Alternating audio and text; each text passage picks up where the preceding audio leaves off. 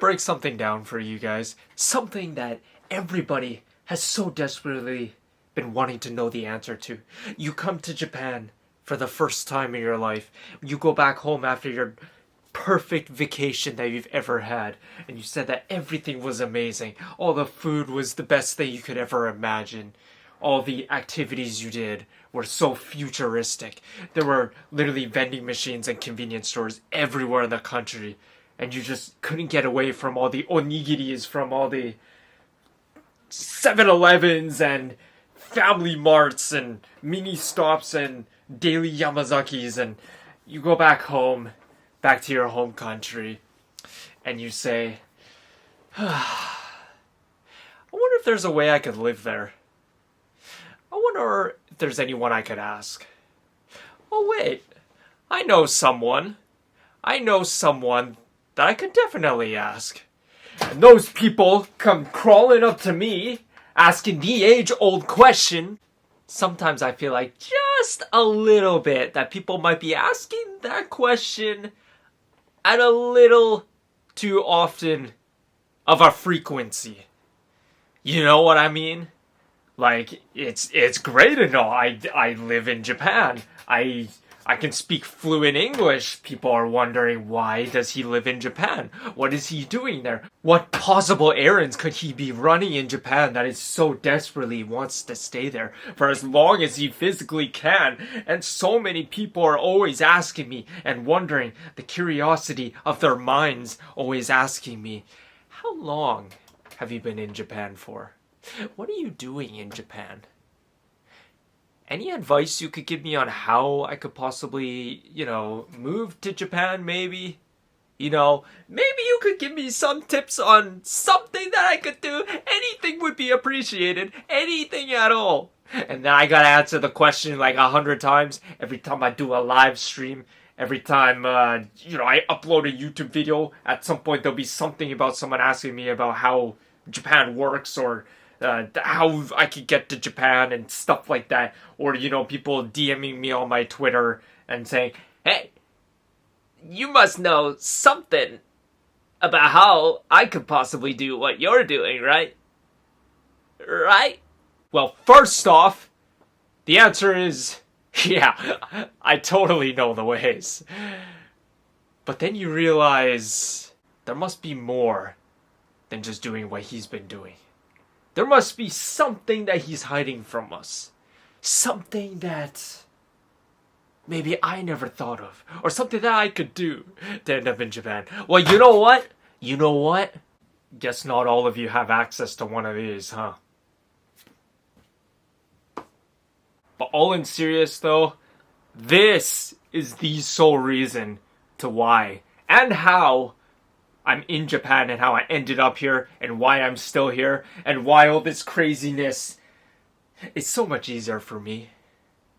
And maybe so much harder for some of you watching this video, thinking, there's no way I'm going to be able to do that. There's no way I'm going to be able to do this. Moving to Japan is all about joining ALT. And getting a Japanese passport is just not something I'm going to be able to do because I'm not Japanese by blood whatsoever. Well, you know what? You know what? You're right, actually. You are. Basically, having a Japanese passport allows me to be here for basically as long as I want. This is a 10-year Japanese passport. As soon as I turned like the age of 20, I was ready to fill out all the forms, all the papers I had to do, and all the craziness that you gotta go to just to obtain one of these. For 10 years. And you know what? At the age of 20, I did. And here I am now. You fast forward, it's like, how many years into the future now? I'm still here in Japan. And kicking things off. Living in luxury, I tell you. But for those of you out there that may be thinking, well, that's not really possible for me to do something like that, so you gotta give me the advice on something that I could possibly do. Well, you came to the right person because, yeah, I do know the ways, actually. I do. So a lot of you might be thinking, oh, there's absolutely no way I'm going to end up in Japan. I want to go there, but I just don't know how. Like, what are the things that I could do? What are some tricky things? What are some things I might not know that I should know beforehand going to Japan? And one thing I can tell you for sure, without a doubt, that I gotta tell you right now, okay?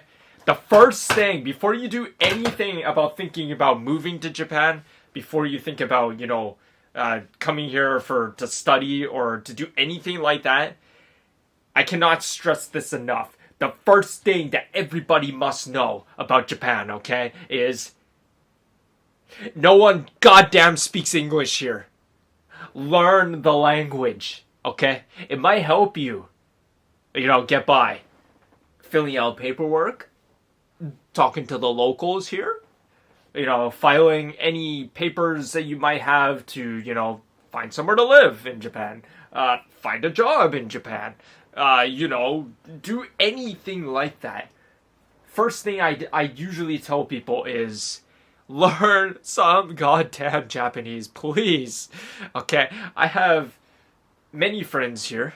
Or I've had many friends here, I should say, because, most of them have left already. Either left the country or they just left this area and they moved somewhere else in Japan. And that is, a lot of them came to Japan not knowing any Japanese whatsoever, thinking they could get by perfectly fine. And be like, you know what? I'll figure it out. There are other foreigners living in Japan. Japan's starting to adapt into Western culture. They'll be able to speak English there. Signboards in Tokyo are all written in English nowadays. So I'll be fine. I'll be totally fine. No problems whatsoever. Trust me, I got this. You come to Japan, and roughly about a week later, after that, you realize you're totally screwed. So you know what? You know what? That's why I say you gotta learn some goddamn Japanese. That's literally the first thing that I tell people. That's step one, okay? Learn some goddamn Japanese, okay? And, technology is good enough nowadays where you can either go online, take some classes, or use some apps, anything like that. Find some Japanese classes in your city. I'm sure you can find Japanese classes somewhere where you live. There must be, and learning simple, basic Japanese to get you started is not hard. It's not difficult. I can tell you that for sure. Getting to kindergarten level, which is to the point where you can speak, but just obviously like a child, that's already good enough. And I can tell you for sure, you will go a long ways even knowing just a slight bit of Japanese, okay? I'm not asking for much, okay? I'm just asking that if you're going to be asking me a question on how you could end up in Japan, okay? The first thing I tell people is always, always, always, just learn some simple Japanese, okay? It's not hard, okay? Yes, people say Japan has a language where it could be one of the most difficult languages you could possibly ever learn. I don't blame them for that. I don't blame people for thinking that. I don't blame people for saying that. I don't blame people for thinking that. It's probably true. It is. But that's once you get into kanji. But then that comes to the second point that I have, and that is people overthink the amount of things that they need to learn in Japanese, and they think that they need to go above and beyond, or they think they gotta learn all the kanjis they could possibly ever think of in your life. Let me tell you one thing, okay? Majority of Japanese people, and when I say majority, okay, Japan has more than 100 million people population. So when I say majority, that's a lot of people I'm talking about, okay? Majority of Japanese people probably don't know more than 50% of kanjis that exist. I'm talking local native Japanese people. I'm serious, okay? I'm dead serious about that. So when I'm telling you to learn some basic Japanese, okay, it'll pretty much take you a long way, I can tell you that for sure. And it's to the point that you don't necessarily have to even learn kanji whatsoever. As long as you can, get by with having a conversation with someone, simplistic conversation is already good enough. Be able to ask someone for directions in Japanese without hesitation. Be able to, ask important questions that you might have at the city office, for example, if you go to write some papers, which you're gonna have to do a lot of if you come to Japan, okay? that brings me to step 3 of coming to Japan and possibly moving here or living here or whatever it is that you might want to do in Japan long term. Paperwork. That's already enough to tell you basically the gist of all the craziness you'll be going to if you live in Japan, if you come here for the first time. And that is paperwork after paperwork after paperwork after paperwork. And that's pretty much it. And then we get to like step 4 or whatever you want to call it. I don't even know like how to tell you this. But you're probably not going to be living in Tokyo. I'm serious. Most people, when they come to Japan, the easiest way, I should say, to come to Japan, to move here, is to join something called ALT, the Assisted Language Program. That's pretty much the easiest way to come to Japan, but it's not the best way. I can tell you that for sure. Joining ALT, now, I've never been in ALT myself, but I've had a bunch of friends that have been in ALT, and they've told me all the stories about the process and all the things they did and what level of excitement there is within that program and all that kind of stuff and what happens and everything. But yeah, it's pretty mixed actually. All the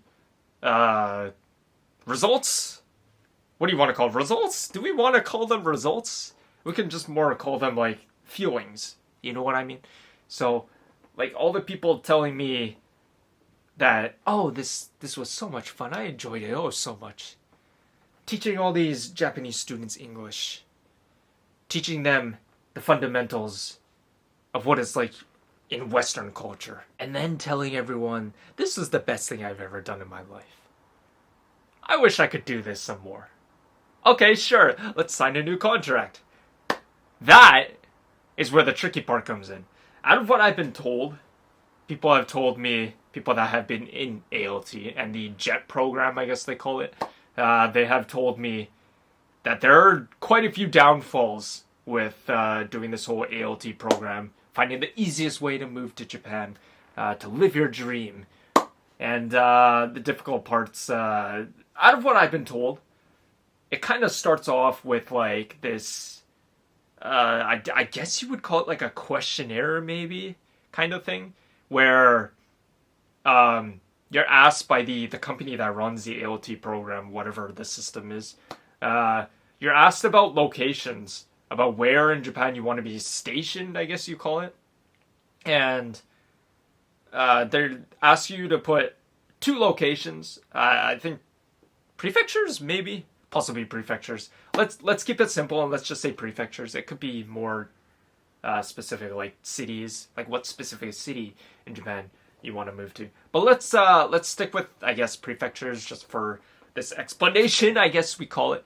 And basically, they'll ask you for like 2 places where you'd want to go, where your main destination, where like your main place that you want to end up in Japan. So you would write one place down, and if that doesn't work out, or if you don't get that location or whatever, then they ask you, okay, what's your plan B? Where would you like to end up? And of course, if you're choosing 2 locations, right, and you think of 2 places in Japan that I think most foreigners would want to go to, would possibly be Tokyo and Osaka.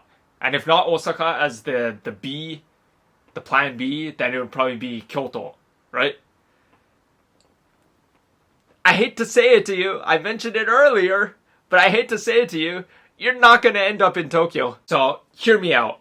Out of what I've been told, and what I know about ALT, if you put Tokyo on one of the places where you would like to end up for the program, then it becomes like, okay, so you want to end up in Tokyo. And this is during the interview, by the way, when they interview you, and they go, so why Tokyo? And then you start sweating. Oh, I'm getting all sweaty. I can't think of anything right now. But you're thinking inside, Tokyo is just so amazing. There's so much attractions. There's so much futuristicness. The food is just so amazing. Tokyo, the big city. So many trains. So many convenience stores. So many vending machines. Onigiri. Famichiki. And then you go, why do I want to end up in Tokyo? But if you put something aside from Tokyo and aside from Osaka and aside from Kyoto, let's say you put Aomori, or you put Toyama, or you put Akita. Yeah, even some of the locals can't really understand their accents, all the people up there. If you put a location that's kind of like more out of the city areas, like not Tokyo related stuff, then I can guarantee you that people interviewing you will be way more interested in talking to you, because they'll notice and say, hey, he put Aomori on here. So how do you know about this location? Why is this location interesting to you? And they'll be so much more wanting to hear your stories on how you found out about the location, why you want to go there. But if you put like Tokyo, right? They'll just be like, oh, there's another Tokyo. Okay, so yeah. Okay, so why do you want to end up in Tokyo? Oh, you just, all the food's great. Oh, there's a lot of technology in Tokyo. It's a big city. Oh yeah, a lot of hobbies that you can pursue. Okay, yeah, that's cool. That's fine. Okay, whatever. What's your plan B? What's your B location? Oh, you want to end up in Nagasaki? Oh, really? So, why Nagasaki? You know, it becomes like a whole different perspective from everyone's point of view at this point. And it just changes everything. It becomes so mind-blowing to the point that everybody says, hey, this guy is pretty interesting because he knows more about the local locations. He knows more about the culture. He knows more about historicalness of Japan. He knows more about how everything functions in Japan, you know? But the typical Tokyo people are so desperate to move to Tokyo that in the end they find out, oh, I didn't end up in Tokyo. My application form, it doesn't say Tokyo. I think you made a mistake. I put Tokyo in here, and they go, oh, no. That's correct. That's correct. You're ending up in Kobe. So it brings up like all locations and places where you want to end up. And you find out you're not going to end up in Tokyo. And I can guarantee you, I can almost guarantee you, you will not end up in Tokyo. You will end up somewhere that you probably never heard of in Japan. Or somewhere just so local that you'll be the only foreigner possibly living in that entire city. Something like that, maybe. So then people come marching on down and asking me questions like, any advice you could give me? What could I do to possibly end up in Tokyo? What could I do to end up in Japan? What are some things you did? Any advice you could give me whatsoever would be so helpful. You know, and I'm just sitting here like, boy, yeah, you came to the right person, I tell you. I've been here for 6 years, and I can tell you for sure, you will not end up in Tokyo, so don't keep your hopes up. But all in honesty, though, out of the things that I've been told by other foreign friends that I've had here and the ones that have joined ALT, they have actually told me that the first year or so of their contract is typically a blast. They tell me they love teaching their students. They love being in a new place in the world, living for a year. But once their contract kind of expires and stuff, most of the people, if not all of them, either move back to their home countries because they're like, you know what? I don't like working in Japan. The workforce sucks here. It's horrible. I don't like being told to do this. I don't like that everything is so strict. I don't like that everybody overworks themselves in Japan. Nobody leaves to go home. Everyone works overtime, all that kind of stuff. Which is true, actually. A lot of people will say that Japanese workforce is, to say it in the easiest way possible, horrible. And that's basically where one tricky thing comes in about moving to Japan, is a lot of people either don't know this or they just don't realize this. And that is, workforce in Japan can be pretty hectic, actually, to the point that I've had quite a few foreign friends, actually, where it was their dream to live in Japan. and they wanted to try all the beautiful, gorgeous, amazing food, all the vending machines being all over the streets, all the convenience stores with all the onigiri and all the famichiki and all that kind of stuff. And then, like after a year, they're just like, you know what? I don't want to live here anymore.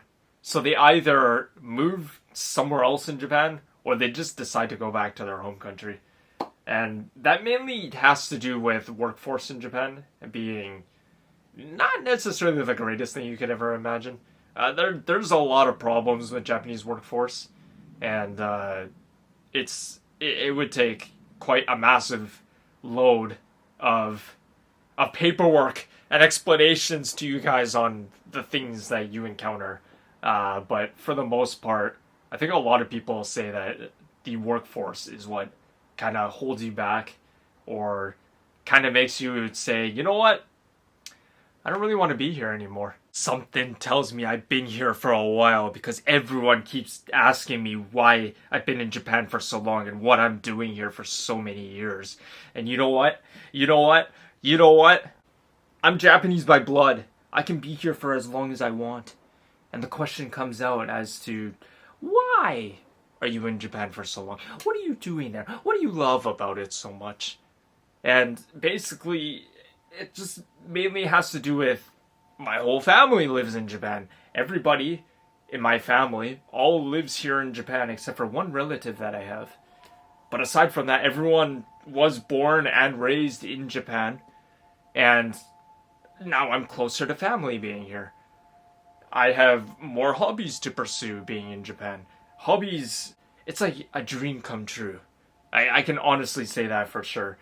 Living in Japan, hobbies become so much more accessible. And I can't stress that enough. There's just so many easy hobbies to get into in Japan. Some of which might break the bank. Others which might make you have way too many belongings because of how cheap and accessible it is. And it overwhelms you so much. All the things that you can do in Japan, all the hobbies you can pursue, all the activities that you could do in Japan that you probably can't do in your own country, like drifting, going racing in an old Japanese sports car, or having the world's largest manga collection. I have 10,000 volumes of manga, and I only paid $500 for the entire thing, which may be true, actually. And then you get stuff like, oh, you must be able to speak Japanese, can't you? Oh, you don't know any Japanese. You're always speaking English on your streams and on your YouTube videos and all that kind of stuff. How is your English so good? You have a North American accent. まあ、もちろん、日本語喋れますよ。全然問題ないですよ。そうですよ。日本語だったら喋れますけど、でも、あんたたち、日本語わかりますか？全然わからないんですよね。だからいつも英語で話してるけど、でもあんたたちは日本語はもしわかればもっと日本語喋りたいんですよ。でもそれはちょっと無理ですよね。ちょっと無理ですよね。So that's why I gotta constantly speak in English. And why my English has improved so much over the years living in Japan. One great thing about living in Japan and being a native English speaker is not just the fact that I can impress pretty much anybody out there, literally any local Japanese person. If they find out I can speak at a native level in English, you have no idea how jealous and how much they will envy you and want to become your friend if they can learn even just a couple words in English, especially if they can learn it in a native way with a native accent. And then you come across those Japanese people who maybe have learned English at some point in their life, or maybe they taught themselves English. Maybe they taught themselves how to speak English somewhere. And they try and use their English with you. And it all just becomes like the most amazing comedy show you could ever imagine in your life. And all the funny t-shirts that you find in stores with English writing on it, which were clearly written by a Japanese person. You get all the things that you can never possibly imagine written in English. All the things where you definitely know off the top of your head that this was definitely not written by a native speaker whatsoever. You come to Japan for the experience, for the culture, for the amazing food, to all the wonderful activities and hobbies that you can pursue in. Everything you could ever imagine, right at your doorstep, because everything in Japan is walking distance. Trains are everywhere. Taxis are everywhere. Hailing a taxi will be no work whatsoever. Just raise your hand. You'll have 4 taxis lining up for you. Guaranteed. And all the vending machines being absolutely everywhere. And all the convenience stores filled with all the onigiris you could ever imagine. Oh, it's heaven, isn't it? Oh, absolutely. All the greatness of living in Japan. And all the people asking me the age-old question, why do you live in Japan? How long have you been in Japan for? Any tips and advice you could give me on moving to Japan? Because I would love to do that one day. You know what? You know what? You know what? I've I've so had it with these people asking me this question all the time. I'm really God.